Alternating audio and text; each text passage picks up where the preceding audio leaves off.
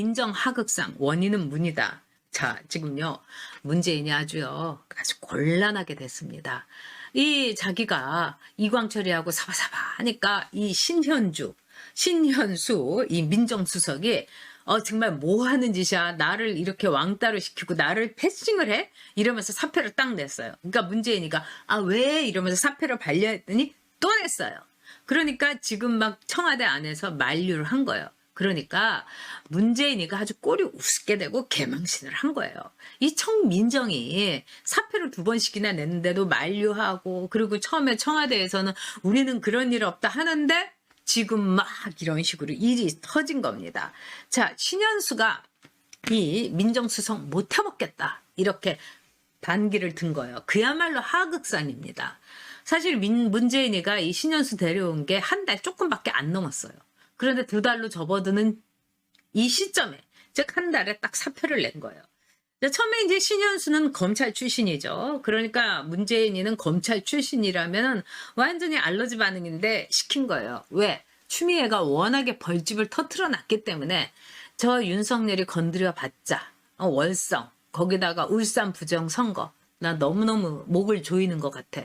그러니까 이제 신현수를 이 검찰 출신으로 또 이 윤석열이하고 잘 아니까 데리고 온 거예요. 그러고 나서 박범계를 이제 꽂아놓고, 이러면 대충 뭐 여기는 말랑말랑한 마시멜로를 이렇게 앞에다 대고 뒤에 이제 이 무식한 박범계가 철통방위를, 충성을 돌쇠처럼 하지 않을까. 이 문재인 나름대로 머리를 썼던 거죠. 근데 신현수가 나름 이제 윤석열하고 얘기를 하면서 뭐 이제 좀 조율을 한 거예요. 그러니까 윤석열이가 이 문제의 이성윤이 뭐 그 출석 통보를 해도 나오지도 않는 이성윤이, 그래 좋다, 이성윤이 있는 거는 좋은데 한동훈이는 저기 귀향을 보냈는데 좀 불러줬으면 좋겠다, 뭐 이렇게 얘기를 한 거예요. 그러니까 이 한동훈이 문제가 마지막까지 밀당에, 어떻게 보면 조율의 마지막 이 선이었던 거예요. 그러니까 이거를 오케이를 했습니다, 신현수가. 그래서 신현수가 이 문재인한테 얘기도 하고 이런 정도 다 보고를 했다는 거예요. 그래서 이제 뭐 문재인도 껌뻑껌뻑 거리면서 그래야 되나, 뭐 한동훈이 불러봤자 뭐 저쪽 이렇게 얘기를 했는데, 문제는 뭐냐면은 대전지검에서 말하자면은 백운규에 대해서, 즉 백운규가 월성 원전에 대해서 허위로 경제성 조작 보고서를 강요했다, 이런 혐의를 가지고 백운규를 영장을 청구한 거예요. 그걸 보고 문재인이 펄펄 뛰었다는 겁니다. 그러면서 백운규는 곧 자기의 칼끝이니까요.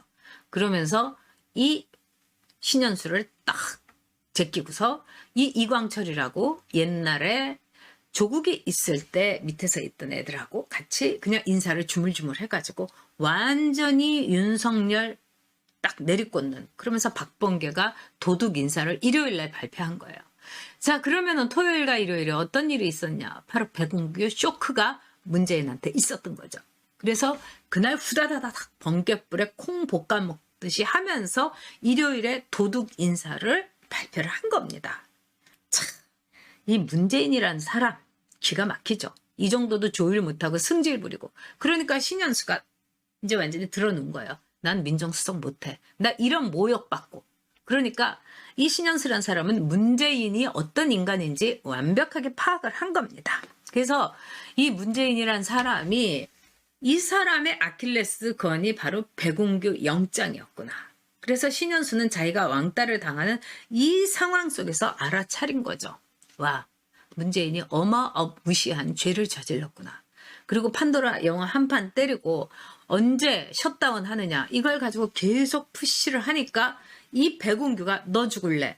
그리고 민정수석이면은 아마도 영장에 관계된 거 이 다 봤을 겁니다. 영장 청구 문건을. 이걸 보고서 아마 신현수는 진짜 현실에 눈을 떴을 거예요. 그리고 월성 원전의 진실에도 눈을 떴을 겁니다. 그래서 신현수는 자기가 왕따 당하고 이런 모든 상황 속에서 밝혀낸 거예요. 아, 이 문재인은 앞으로 죄인이구나. 그리고 이 월성 원전은 터질 수밖에 없다. 자, 이 나라에 대해서 문재인이가 지금 일자리고 뭐고 이런 거 통해 가지고요. 뭐 54조도 날려버리고 난리를 친 거 아닙니까? 근데 여러분 문재인이 잘한 게 뭐가 있어요? 하나도 없는 거죠. 지금 이 나라는요. 망조를 들어가고 있는 겁니다. 그러니까 와, 나는 여기서 이제 빨리 난파선에서 나가야 되겠다. 그리고 내가 검사로서 진짜 검사 출신인 나를 제끼고서 검찰 인사를 저런 식으로 해? 그러면은 또 이 신현수 생각에 나보고 나가라는 얘기지? 이렇게 생각할 수 있는 겁니다.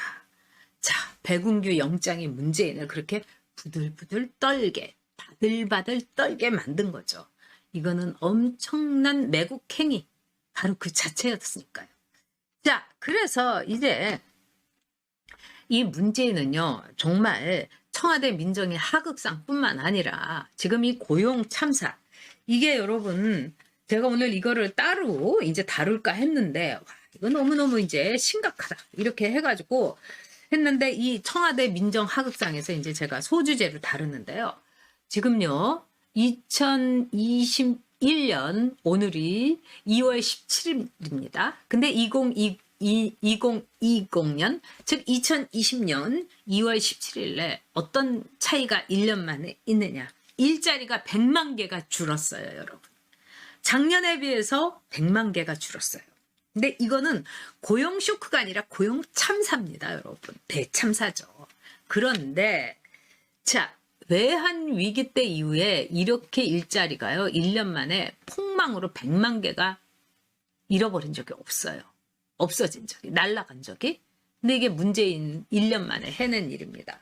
그러니까 문재인이가 또 정세균이처럼 어저께 부들부들 떨면서 이 1분기 안에 3월 말까지 일자리를 90만 개를 늘리라고 했다는 겁니다. 이게 뭐겠어요, 여러분? 세금 알바로 이 일자리를 인공적으로 늘리는 겁니다. 또 여기다가 몇십 조를 들이붓겠죠. 제가 이렇게요, 문재인 정권 들어가서는 저도 통이 커져서 그냥 조르막 나갑니다. 전에는 억으로 나갔는데, 네? 전 정부에서는.